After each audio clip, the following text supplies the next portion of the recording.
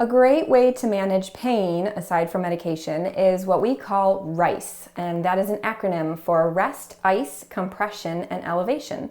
Whether you've had an injury or you have a chronic condition, resting obviously is the best way to allow your body to do what it naturally wants to do and to heal.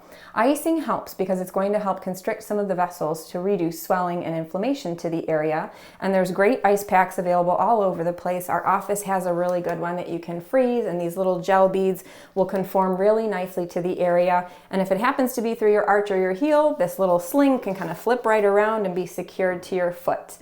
For C, compression, we talk about doing either ACE wraps, and there are special wraps in our office that we'll do sometimes too, especially for injuries.